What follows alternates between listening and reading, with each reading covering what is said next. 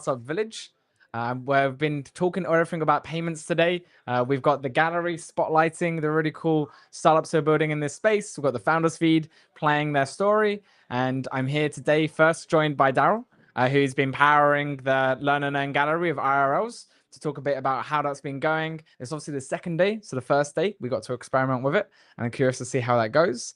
And then today's session, we're going to have a bit of a back-to-back as well. So Daryl's going to talk to us about the gallery. We're then going to have Bonk Advisory guys talk to us about the Bonk booth that's here. So they're working with different startups, giving them scale-up advice on how to grow.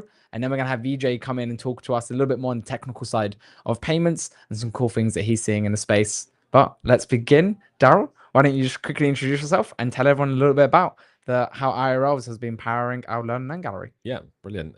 So my name is Daryl. I'm the founder of IRLs. That stands for In Real Lives. We are powering the Learners Gallery with our cryptographic NFC tech. So the idea being that we are here to educate people on Web3 and bring exposure to how founders are building technology to better either business operations or financial transactions, etc. And we want to bring people in through that learning process and make it fun, incentivized, and rewarding. So they're going to stand there and look at this literature of the brands as they go anyway. And what our tech does basically is just allow people to prove almost that they've stood there, they've read through the corporate literature, and then they've taken a quiz, which would happen anyway. But then how do you add a layer of gamification and make that a little bit more fun and rewarding for the user? So the idea with the tech is the chip, you have to be in front of the chip to tap it, to access. Yep. Yeah, only once if you're tapping it. There's no QR code. No. You can't send the link to somebody else. Exactly. You have to be there and tap it yourself. Yeah, and that's really the core of what our tech does.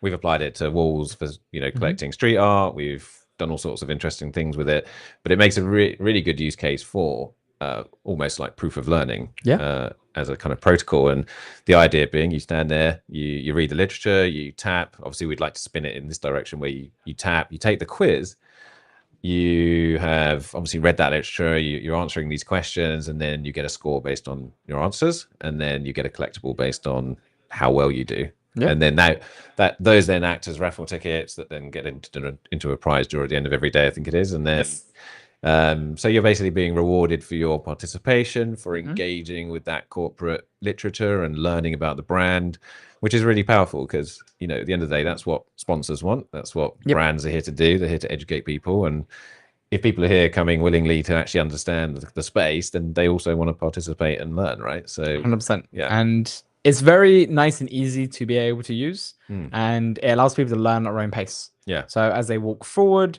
they're able to kind of look around, see the different companies, be able to read the information as you've been saying. It was quite fun we can even talk about how did this all come about, and how did we end up cooking this?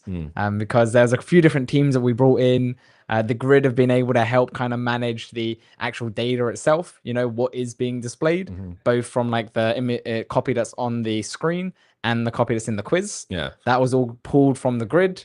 And then we had MC, one of our cool AI devs, be able to connect the dots so they can generate them all out, both the graphics and all the quizzes.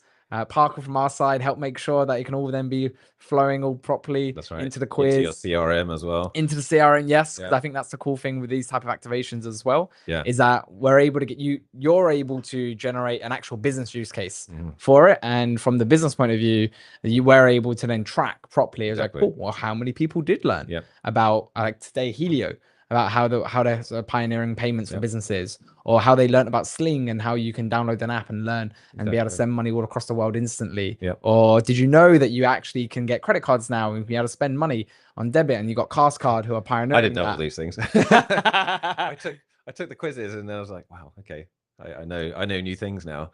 And I have the collectible to prove it, Exactly. And there's a digital stamp book as well. Yeah. Yes, so that's a really cool feature. People are able to see it as it goes. Yes. I don't know. Do you have your stamp book on you? I do. Yeah. I can. That could be quite fun to show. Put it up because I've actually been showing everyone this. I'm one of those annoying people with a toy at the. So yeah, should I zoom it in? Yeah. There you go. That's good. Yeah. So basically, after you've tapped, finished the quiz, You then take ownership over the collectible, so it's like a stamp, and then it actually auto populates the email you use to collect. So we've built it to be really inclusive because we understand we're at an event where it's not people only from Web3, right? You're here to learn about Web3, so we're actually opening it to most people, everybody.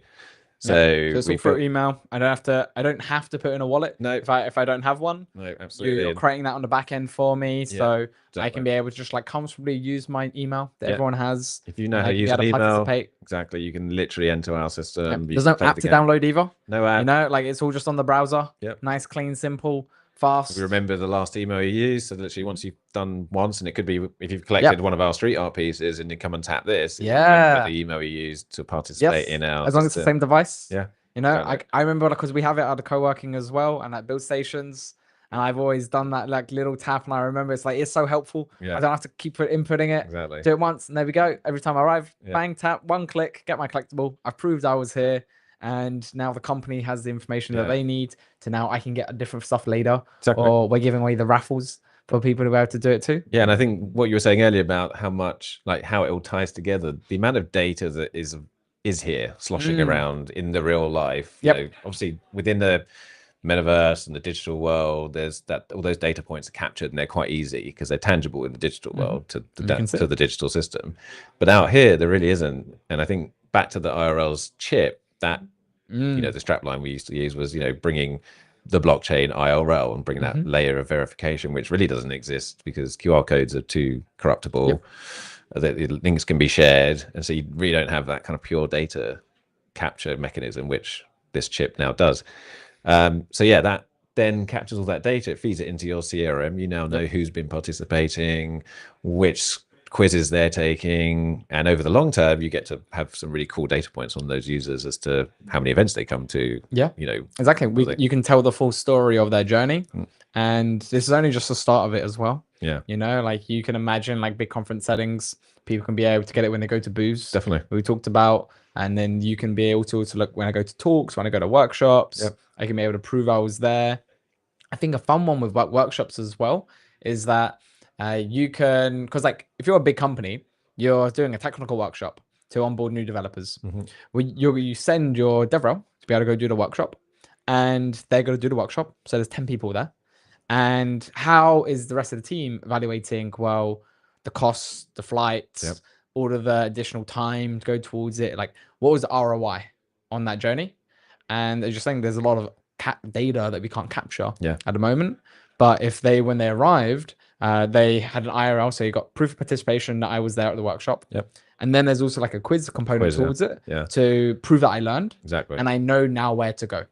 Then the DevRel can report, well, I educated 10 people. They all know exactly where they need to go to next. And so even if we only got 2 to come forward with it, we now understand the funnel a bit better. Exactly. And there's a lot of learnings you can take away from that. You repeat that 5-10 times, you actually realize, oh, my workshops have a 20% effectiveness. Then you can get really creative in, well, I'm actually going to adjust my pitch a little bit. And then now I realize if I move this slide here, I actually had a 25% effectiveness on onboarding people, or 30%.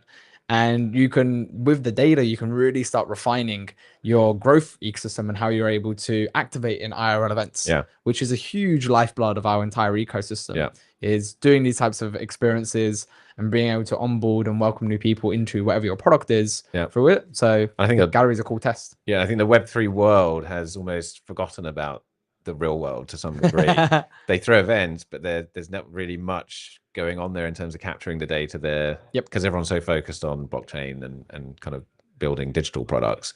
It's rare you find someone servicing the real world, except for like throwing amazing events and getting people together. But then what do you do with all that data, and how do you remember that over the long term? Because it's it's super scalable. And how to use the blockchain to verify it all. Exactly. And that's and make sure that's the backbone of it, really. And that's why we're here. That's why we're on Solana. So it wasn't really possible to do what we did on some of the more pop Ethereum, let's say, because it's just not scalable and cost effective. So Solana is just such a good solution for this at a global level. And I think it's really cool how we're able to create that space to bring everyone all together. It's great for the different teams who are able to get people to learn about it. How did you find it yesterday? Because obviously yesterday was our first day. We had our stable coins, bunch of cool teams who are being displayed. Aegon and the British paper, stablecoin, Yep. Reflex Money, all different types of cool teams who are being able to build the stablecoin future. How did you find that initial experience of people coming in, trying it, testing it? What did you learn from that initial feedback? Well, I can say that it's effective. The data is really strong. People are definitely using it. I think, there's always ways to improve it. We found a couple of glitches and where we were testing it's all an experiment. Yeah, exactly. You know? And luckily, we've got great devs and we build as we go, and they're very on hand. Fast. So yeah, they ship fast, break things. Absolutely. Yeah. So like a couple of glitches, we fixed to make sure that the loop, the email populated the stamp book straight after it was tapped. So there's literally nothing the user has to do but just tap and enter the email once, and then they get straight to all their collectibles. And that kind of game theory of collecting and knowing you've got 5 and there's 10 more to get. When you visualize that, it's really impactful because that's the cool user, thing of the stamp book. Yeah, you get to see that, and you get to see the up and coming ones.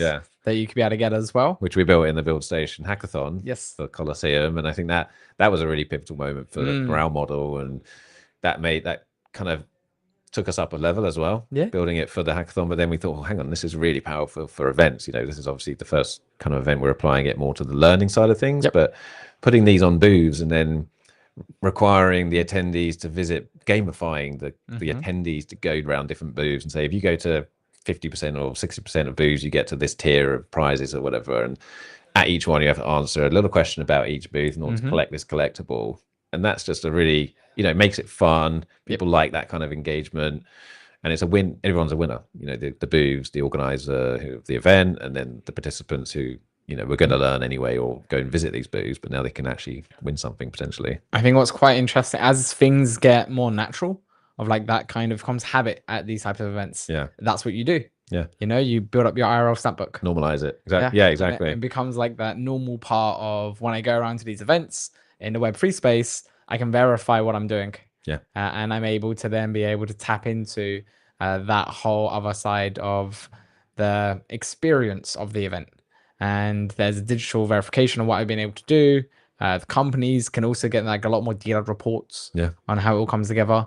And the data is crazy. Nice. You also collect, people wander in and out of here, whether they were signed up to Luma, for example, but everyone mostly was going to participate in some sort of tapping and claiming. So you're collecting everyone's emails at the same time. So you're just building this huge database of participants, whether they come through the original funnel of Luma or knew about the event because they're in the Web3 space, or whether they've walked past the street and said, this looks very interesting, or I saw it on Instagram or whatever, and just came in, and every tap is a data point. So it's really and I powerful. think it'll be quite fun when you get to the big conference level. Even when like you're in cities, and like, do you remember Breakpoint in Lisbon, the second one, where they had basically like 3 different venues set up, and there was like coaches going around it? Right. When you have these like city level conferences, you can also just play with it around. Definitely.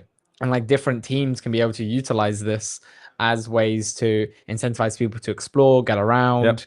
Like the creativity you can do with this type of like technology. I remember when we first spoke about it, the chip, and I was like hype focusing on like, this chip is all like, this is the cell, and like you can use this and put it in many different scenarios. And what's really cool is that like the manufacturing of that has got really down.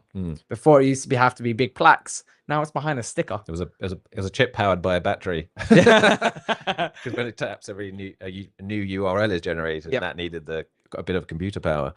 But obviously we shrunk that down now with a bit of funding, and now it's super scalable.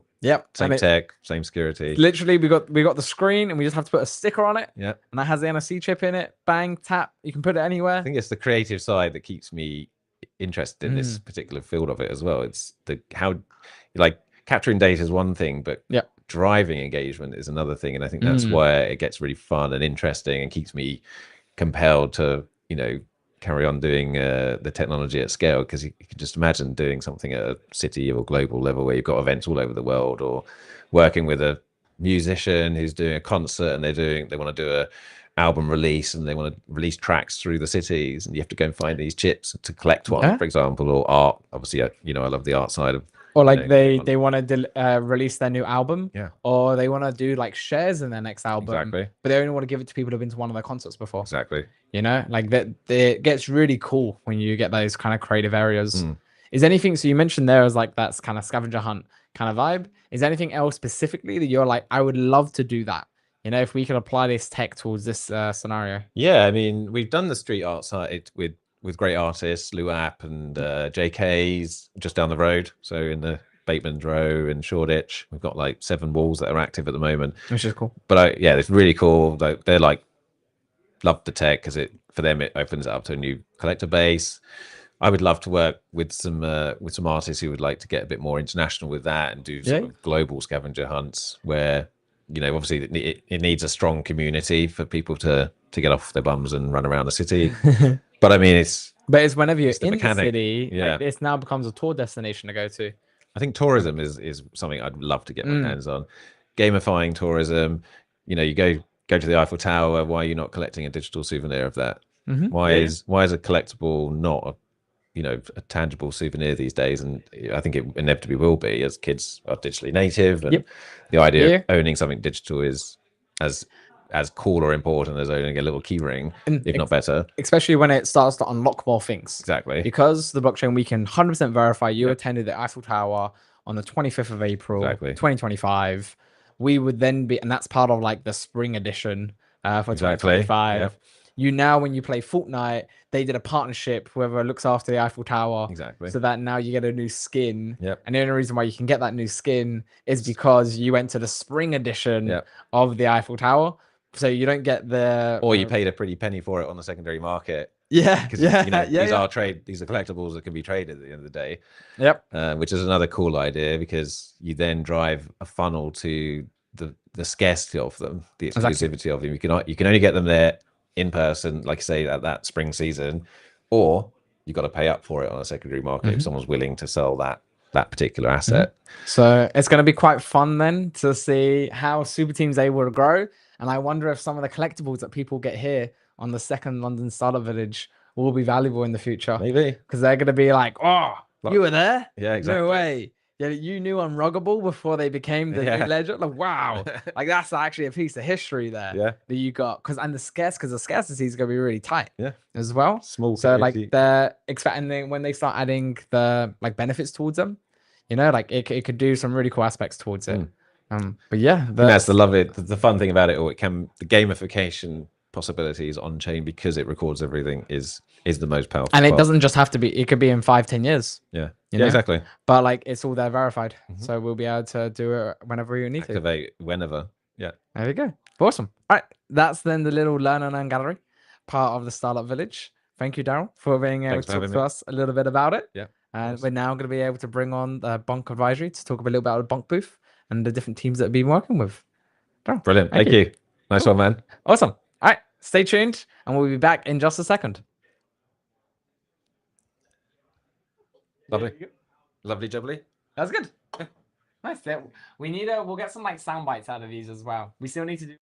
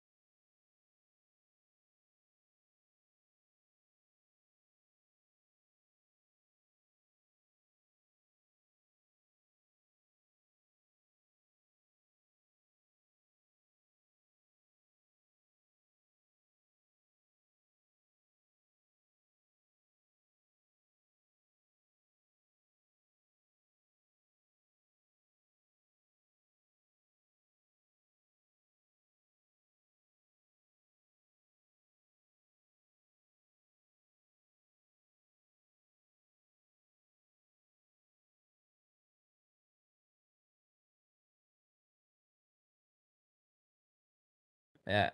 We're very professional. We are. Well, we've been doing this for a long time. We've been nailing it, yeah. Cap the yap. Hey, cap the yap. Cap the yap. There we go. Well, let's start yapping about the bonk booth. Perfect. Because we're here, Startup Village. You guys have been able to come and join us. Love it. What's really cool is that you're also going around to the other startup villages. You know, across the EU right now, there's startup villages with every single super team. So you guys are doing the track, and you're going from one to one. We've got the European tour coming up. There, you were here yesterday, here today. We've got the bonk booth, the OG. You know, the bonk booth started at the first London Startup Village before, so it was really cool to be able to bring it back. That thing's historic now. Yeah, it is. Exactly. Yeah, I had that in my house for a little bit. That thing has seen the world. We went to Singapore. Yes. Been back. Yeah. And now we've got the travel one, and this is the UK one. So, yeah. And then we're off to Paris tomorrow morning. Awesome. And Alex is going tonight. So we'll be at the Paris Startup Village. Then we're in Berlin, and then we're in Split in Croatia, and then we'll be out in Budapest for the Apex event. So, there we go. Jam packed, yeah. No, I think it's really cool how you're able to go out there and supporting people. So why don't you just tell everyone a little bit about like what was the motivation behind the bonk booth? Why did you guys start it? And bring the bike a little bit closer as well. I'll lean in. Here we go. This is like ASMR, right? For the bonk booth. So the start of it really was, I won't go into bonk advisory first, and I'll do the bonk booth. Was we just wanted to set up something at the events to support grassroots founders. Yeah. And it was like our pro bono work angle, no strings attached advice for people. And we were like, we don't care whether you've just got an idea or you're about to raise your Series A. You can come and talk to us about any problem you have on the operational commercial side, book half an hour with us, no strings attached, and we'll help you with whatever we can. And it was as simple as that. And it felt super aligned with, obviously, with what you guys are doing at Super Team. And given that Alex and I had both already been, well, we were Super Team members. I think I was there at the very first lunch we did, right? Yes. So been members from the start, very aligned with what you guys were trying to do. We were just keen to help with all of the really early stage support that you guys were doing. So it's kind of separate to our core business. Yep. And some people have ended up becoming clients from it, but it's not really the point. And that's why we're then flying around Europe on a mad run to do the same thing. It's very cool, a public good for the ecosystem. That's a better word for it, exactly, than pro bono. It's a public good. So we try and do good. It's not guaranteed, NFA, but yeah, that's what we do. Yeah. And I think it's a really cool opportunity for the founders when they are here to be able to speak to people who have been there, walk to walk, been along the journey. They can get some really cool instant feedback. You guys are good at like also cutting through the bullshit. You know, it's just like straight to it. You know, it's important for founders to get that honest criticism on what they're building and be able to make sure that they can then hear and get that guise of maybe things they hadn't previously thought about. Yeah, we really do try, and it's honest and constructive, right? It's not never mean for the sake of being mean. It's not engagement bait, Twitter type stuff, right? It's like, you are not, sometimes in the deck we go, you're 5 slides in, I have no clue what you're doing. Yep. You need to be better at your communication. And so it's always with the goal of helping them in mind, which I think is really well received. And yes, like Alex, my business partner, co-founder, and I are lucky we've had a real wide range of experiences. And so we can help pull on them, but we're equally happily to say, I don't know what the right answer is here, but we know someone who does, rather than kind of BS your way through it, which some people do. And it's important to be able to even like talk about how that like network effects can happen as well. Of like the conversation with us doesn't necessarily end with us. Yeah. You know, it kind of just starts to open up the door towards what is possible and different people in the ecosystem that you can help plug them into in order to take that step further. So when you do speak to that wide range, the one who is a bit closer to Series A or in the pre-seed or in that journey, you have unlocks to be able to help them go to the next stage as well. 100%. I mean, even the actual network we have on the bonk advisory side, like our core business, has helped on this and vice versa, because the whole point is, a big part of what we do is connect the right people at the right time with warm introductions or qualified introductions. And it just means people can get to help quicker and they know what the ask is. And I think Super Team is a reflection of that, because it's self-organizing in a sense. Right? You guys obviously put a ton of effort in, but what I mean is you give people spaces to create these random incidences of, hey, you should speak to, Tom who's doing this, or Bob doing that, and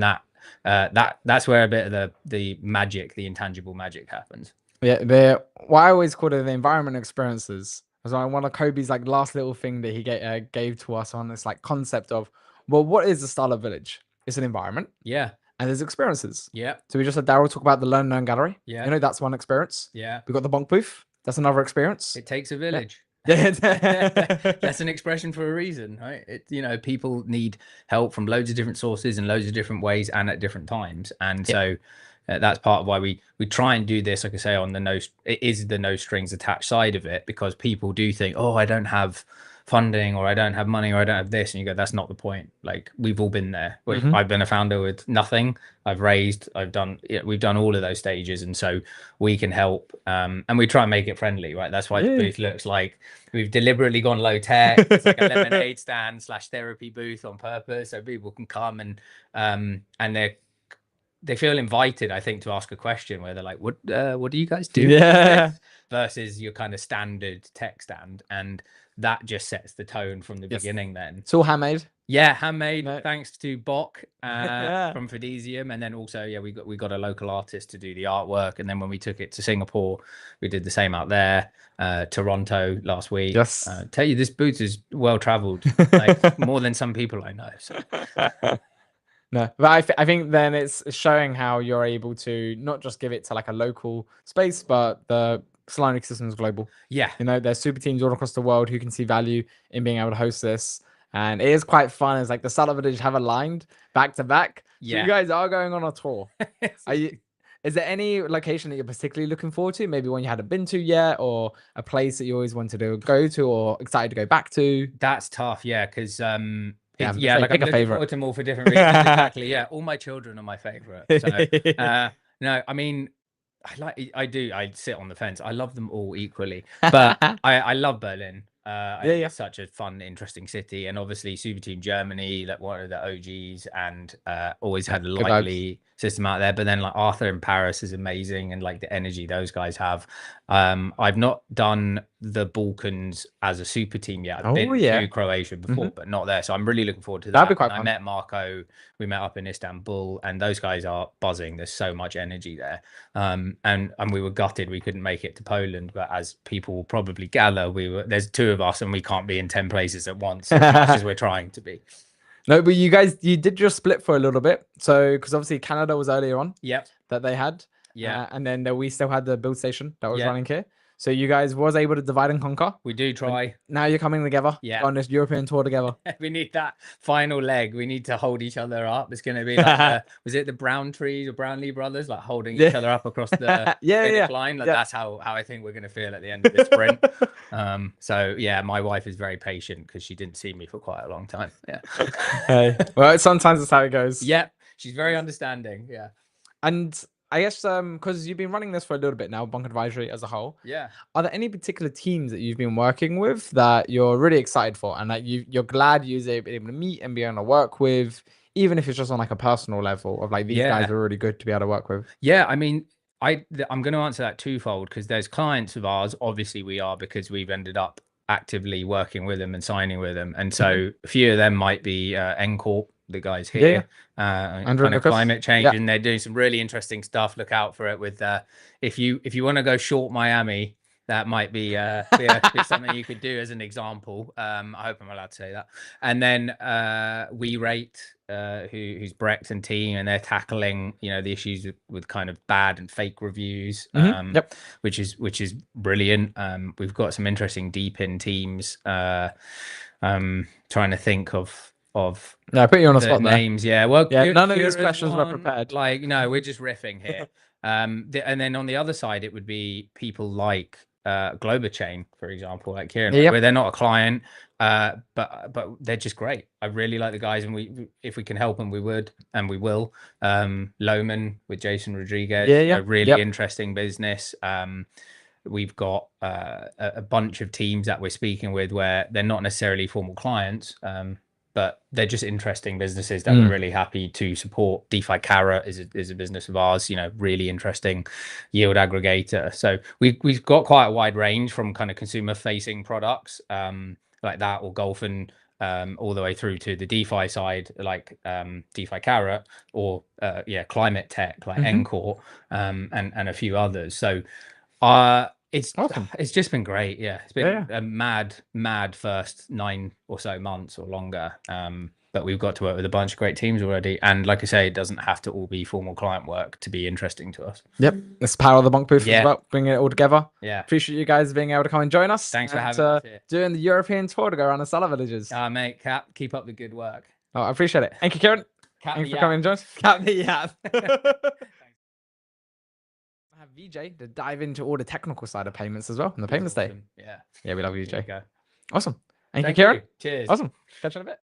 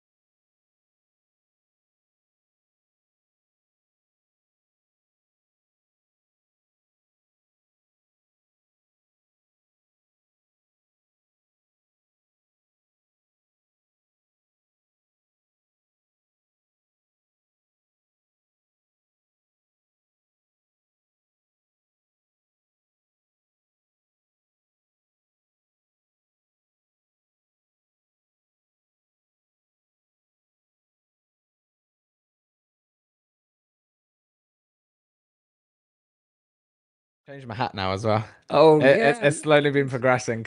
So if Yeah. anyone's noticed, Yeah, I still have the old one. hey, it's what I do. This is a cool Soulflow one. Yeah, I was thinking Yeah, S, but I have one with the Solana thing. So Oh, that's a cool one as well. Yeah, Yeah. I got this at Accelerate while we're in New York. oh, looks really cool though. But talking about accelerating, Uh-huh. let's talk about payments. Payments. Accelerating. So today's the payments day at the Startup Village. So we've been talking about some of the companies that have been featured on the gallery. So we got Sling there, Helio, Cast, Cast. Sphere. There's some really cool teams Hmm. who have been able to build in the payment space. And you're awesome. Why don't you just give everyone a little bit of like a tiny bit of your background? But Sure. you're an awesome technical wizard who understands the whole systems on the back end. So I want to be able to dive into a little bit with you on like the why behind the payments, what you're seeing from your perspective, and we can talk a little bit more around how you're seeing the impact of payments going into the world. But Sure. why don't you just give everyone just a little bit of a background about yourself, VJ, Sure. and then we'll dive into the why behind payments. Absolutely. So I've been, as you would possibly know, working mostly with TradFi, doing a lot of the payment backbones for TradFi Vault. Barclays Pingit was my first application, mobile banking. And then I've been working on a lot of trading platforms, doing high frequency, low latency trading, settling of trades, and essentially also a lot of settling of payments. So essentially, I've had deep experiences seeing the entire systems of how back in the days payments would happen, and in a very centralized fashion, and how that moved on to cloud somewhat, settlements, a big pain in the back for a lot of TradFi systems, integration, a big problem again, and then seeing all of that just vanquish and disappear, come on to decentralized platforms like Solana, and so many amazing applications.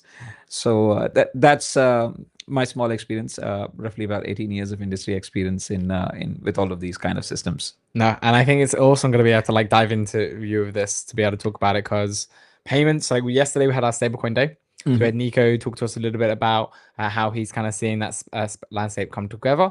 Obviously, the payments is like the next order from that. Yeah. You know, once I hold the money, I can have self-custody over it. Well, I need to be sharing it. I need to be paying people, and that's both the same for consumers and for businesses, and for all different types of transactions that are coming forward. Like from your perspective and your experience seeing the history of the payments, why do you think now we'll have instant settlement payments using blockchain technology, things like Solana, is going to be really impactful for the future?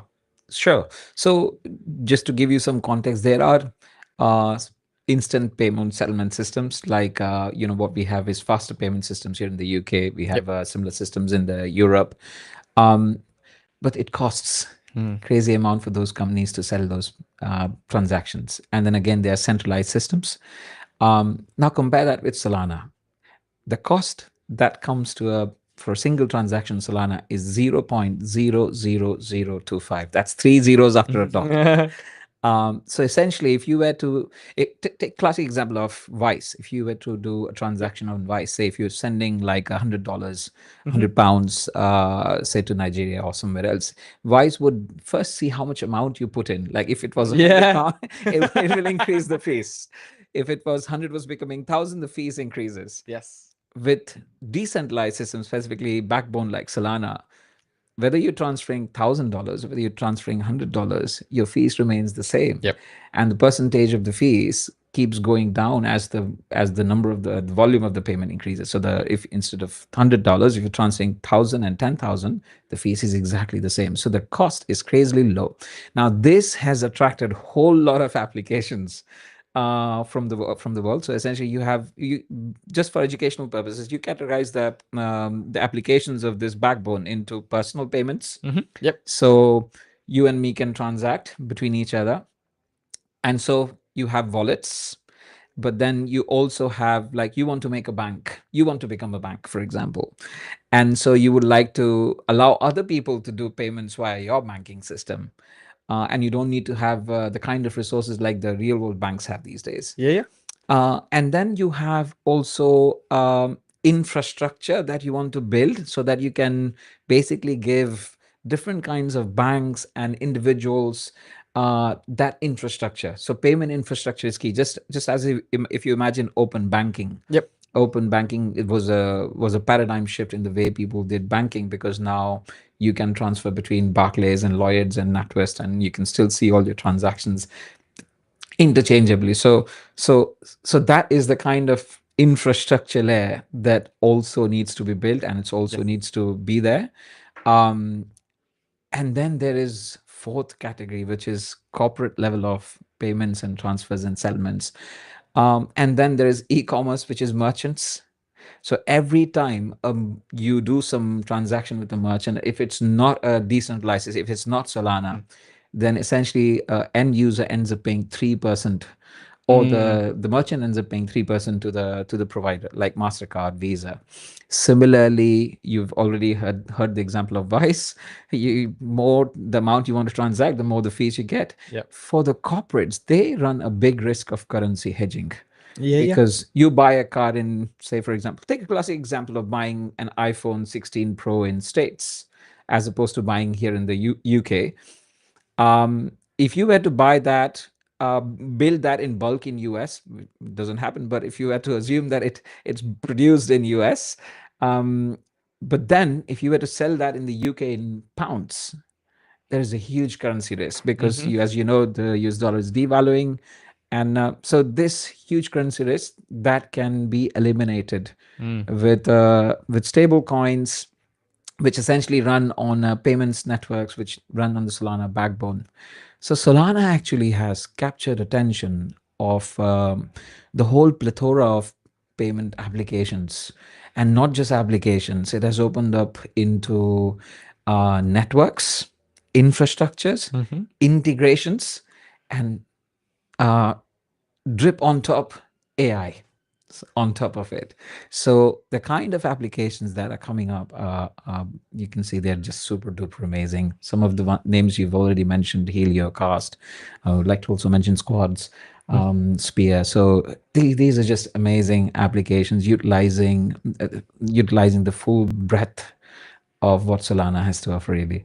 100%. It's really hopefully opening up new space and opportunities where, and I think one thing that we need to do, and what you've perfectly described there, is how it just does it better, faster, and cheaper. You know, there's currently, when we've been speaking to like regulators and policymakers, a big thing that we've heard from them is that they don't necessarily hear about this revolutionary technology that's going to change the world. They just want to hear it does things better, faster, and cheaper.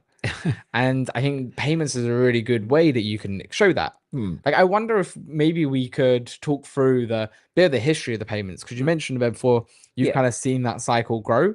And maybe, I'm curious on what way you think will be the best metaphor to be able to put this, but a way to just kind of show how before a pound or dollar used to move from one account to one account this way, and they had to go through these different people in order to get into those other accounts. Yes. Or maybe it's not even like directly moving the accounts, just balances changes and things like this. Yes. You know, I'm curious of if we can talk a little bit about that change, so that we can basically get to the point now where with blockchain, it is as simple as account, move. That's it. But before, it's been a complicated way to be able to get to we as a consumer would feel is like a smooth experience. 100%. I can take you back into Neanderthal ages of how payments actually took place, but I'm still going to take us back it. to in the medieval days when we're swapping goats for some bread, and that's how the payments were done. That's how the payments were done. But fast track into, say, the recent back 2 decades. Barclays in the UK specifically was very technically driven. And if you see, even 100 years ago, Barclays was on the technology ladder, was trying to do stuff. And there's Lloyds Bank and there's other banks, NatWest. But essentially, just a simple transaction between you and me, it takes a complete pain in the back to get the money to you, essentially. What happens is there is dozens of checks that happen when I issue payment to you. Okay. There are over 100 parameters on which compliance and regulations have to be done on the backend databases. And essentially, the payments which are not supposed to go through needs to be flagged to the regulators, and also essentially for good reasons they need to be flagged. AML protection, like all different types of important ways to be able to make sure consumers are protected, and like anti-money laundering is happening. This is it. Yeah. So those are important bits. But then there is the central clearing agency that sits in between, in this case, Barclays, and then there is Lloyd's. Someone has to say that, okay, I have transferred this $100 to you, Stephen. Okay. So far we got like, because we can say like, say you have the Barclays account and I have the Lloyd's account. Yeah. And right now we need to essentially, our balances are switching towards it, and we're trying to follow that money across because it's going through different banks. If it was within the bank, it would just like swap the balance. Yes. Right. So it'll be a bit simpler. Still have to do the compliance checks. Yes. Towards it, but it's a bit simpler now. But when we're talking money moving between banks, that's what we're saying we have this then clearing house in the middle. Yes. So I initiate the transaction. It then has to do all of these 100 different checks. So like compliance, making sure, okay, I'm okay, you're okay, money good, you know, and it then goes through the clearing house and then move it over. Do then Lloyd's also do the checks? Do they double check Barclays' homework? Yeah. To make sure That's like it. it's all good. Yes, it doesn't.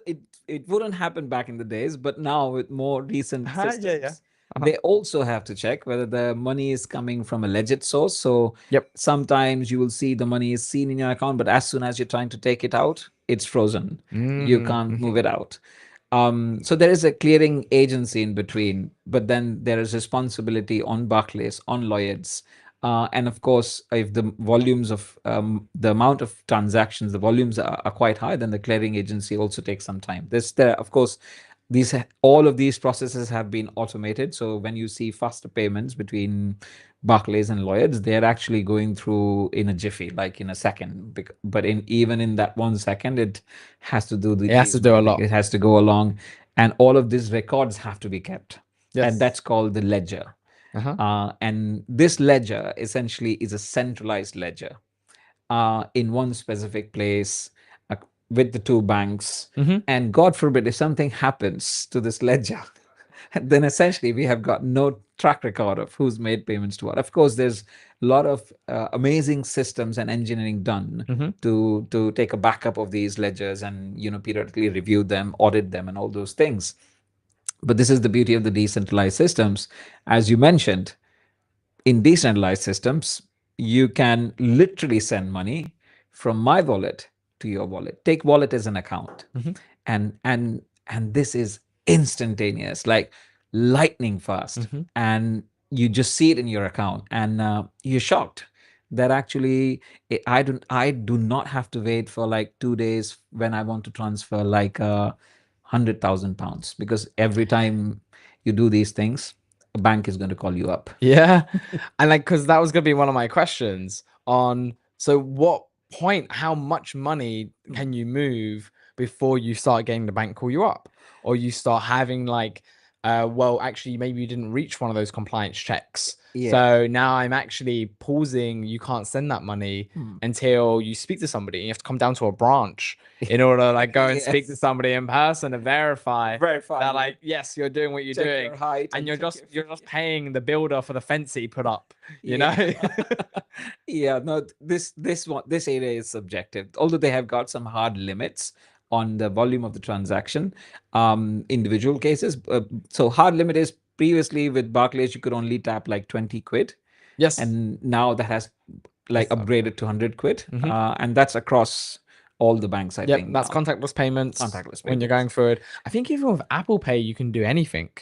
Really? I got a feeling that like it can get super high with Apple Pay. So that would be interesting to see, because businesses, I think they also have, well, a lot of the banks allow like 300,000 pounds, £1 million transacted within a day.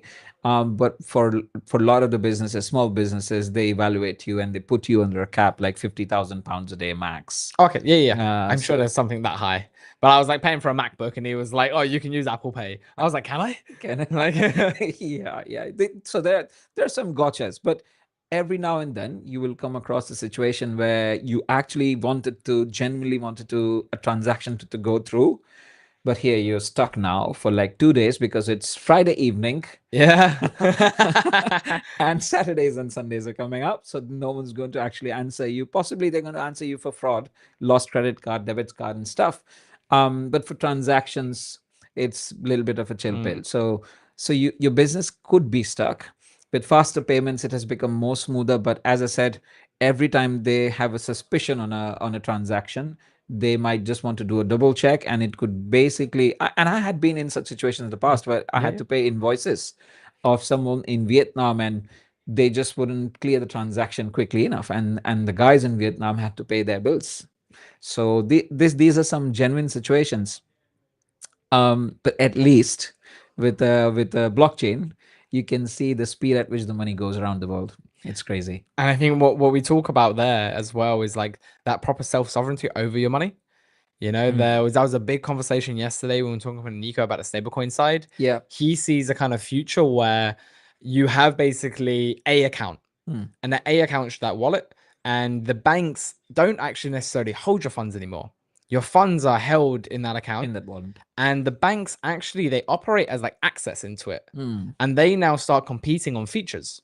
So they're more competing on what you can then do with it, but it's like a global current, like you can log it in from any bank, use the same login, and it goes into this, it has the same account show up.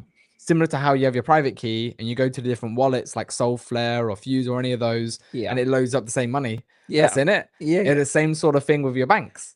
Absolutely. I don't see in next 7 to 10 years, which isn't that far, and that could be over exaggeration, to be honest. You won't see any ATMs. Okay. Because the whole purpose of ATMs was to get cash. Yes. Or and you generally don't transfer money with ATMs. No. It's just I need, like, my hairdresser like usually wants cash. He's now got cards, but like when he started, he was like, "Yeah, I just do cash." Yeah. So I'd always have to go to the ATM before I get my haircut to be able to get some money out. Yes. Because I never hold cash anymore. I completely see. I understand that, but maybe the whole situation of the payments is going to go dramatically change, as Nico also mentioned. You would have like banks which are not competing on their brand value or the brand names.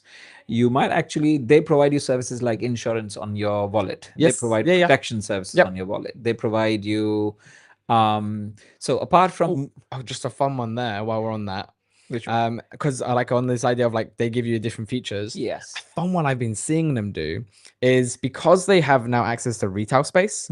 So Santander opened up cafes. Whoa. So they turn their branches into little cafes. Barclays have their Eagle Labs, and they have their like little, I think it's Rise like places. Interesting. So I'm also I think that's also going to be part of it as well. Is that they're gonna, because they have, like, banks have tons of real estate. The retail banks all across the world. There's branches in every major high street. You know, so they've got a lot of actual real estate. I can see them playing that as well.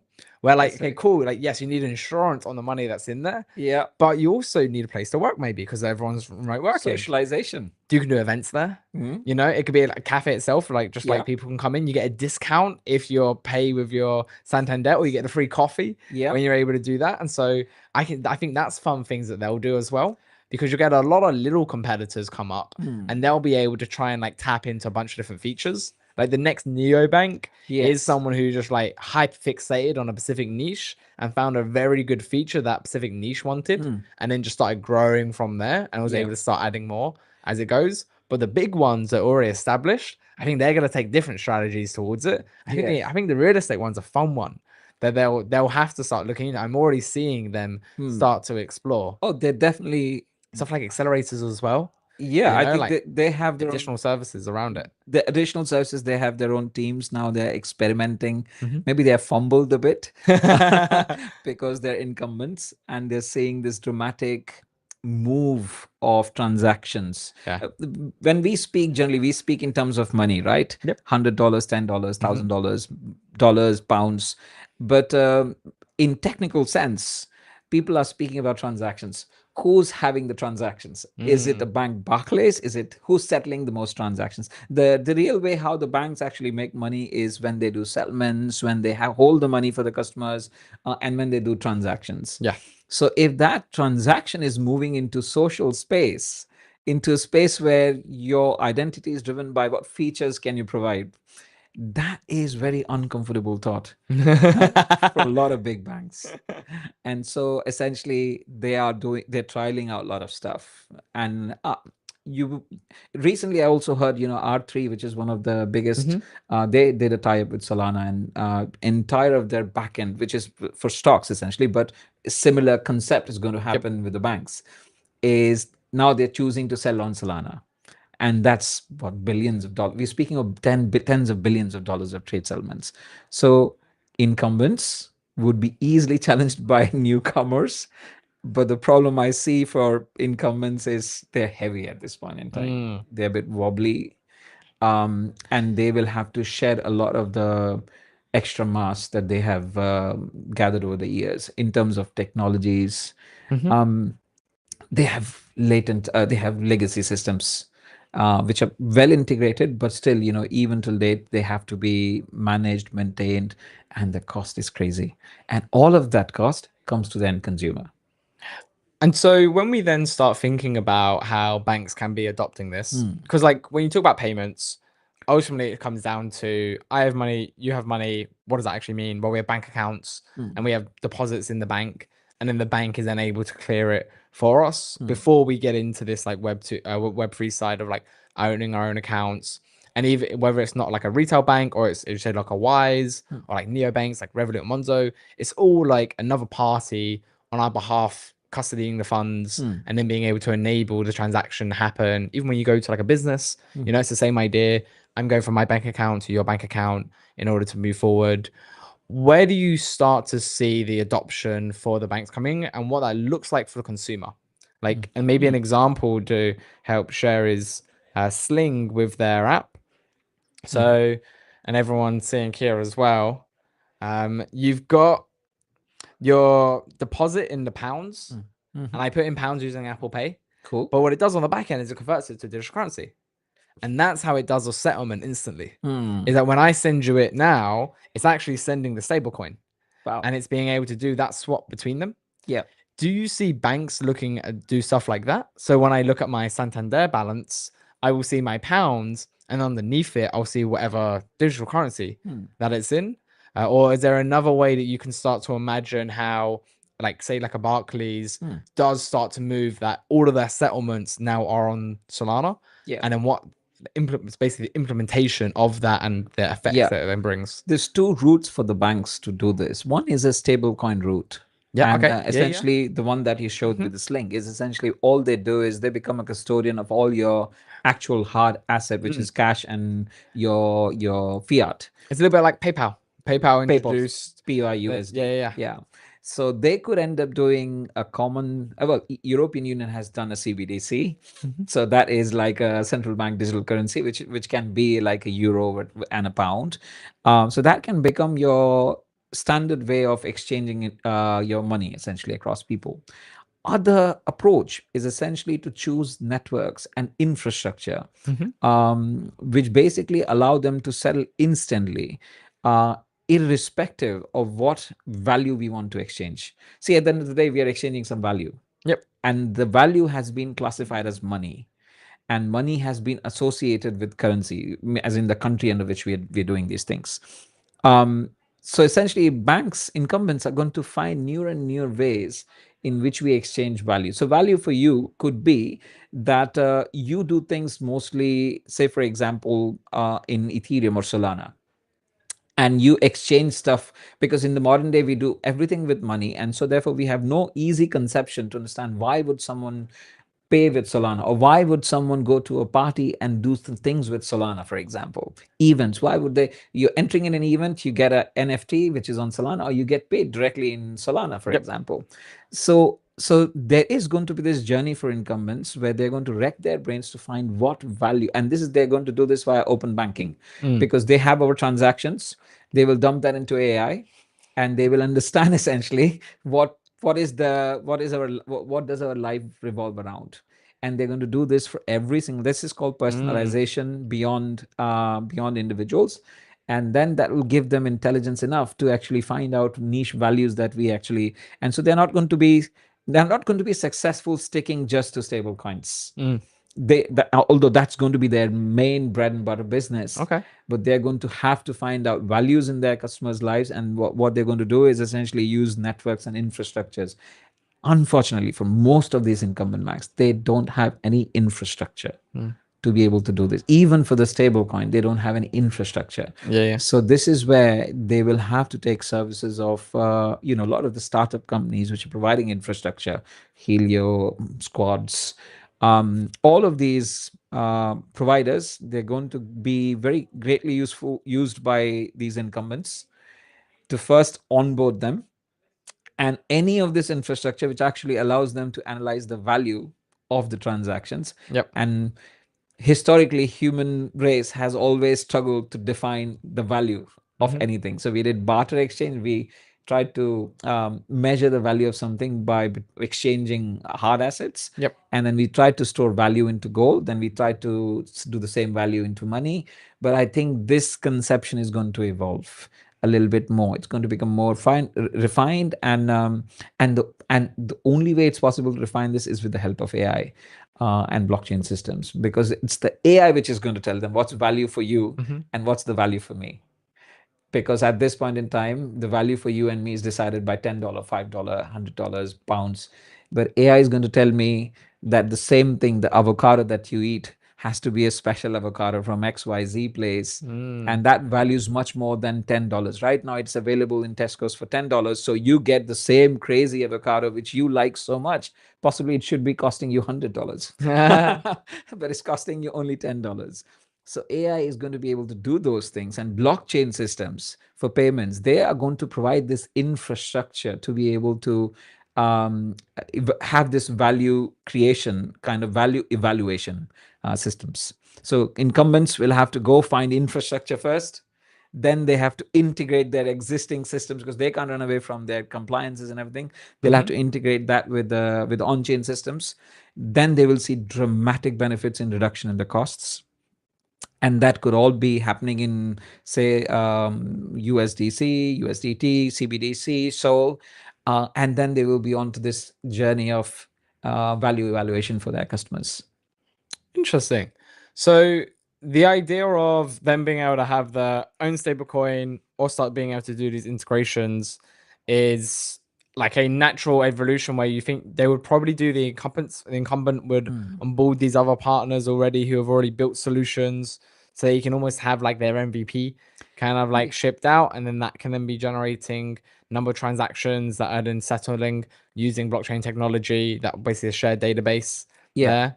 And then through then that exploration, those work on those partners, an opportunity opens up to do their own stablecoin.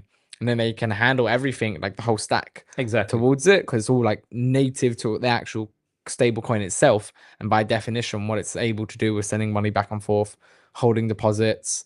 And what fun thing that Nico was mentioning yesterday as well was different banks. If every bank had their own stablecoin, because they're swapping money between each other all the time, is that like Barclays would have some NatWest stablecoin in there, and then that's how they're evaluating their own like balance sheet of, well, how are we holding funds at the moment? Well, I'm holding like $10 worth of NatWest stablecoin on behalf of VJ. And I'm able to then then VJ's stack has got 100 quid in his account. 10 of it's NatWest, 80 is my Barclays, another 10% is Santander. And then it then creates it. But even just that is a lot cleaner way for them to be able to manage their books, because then everything's all trackable. It's all in this simple. The ledger itself is blockchain. So that's all like verified. That's all like clean and proper.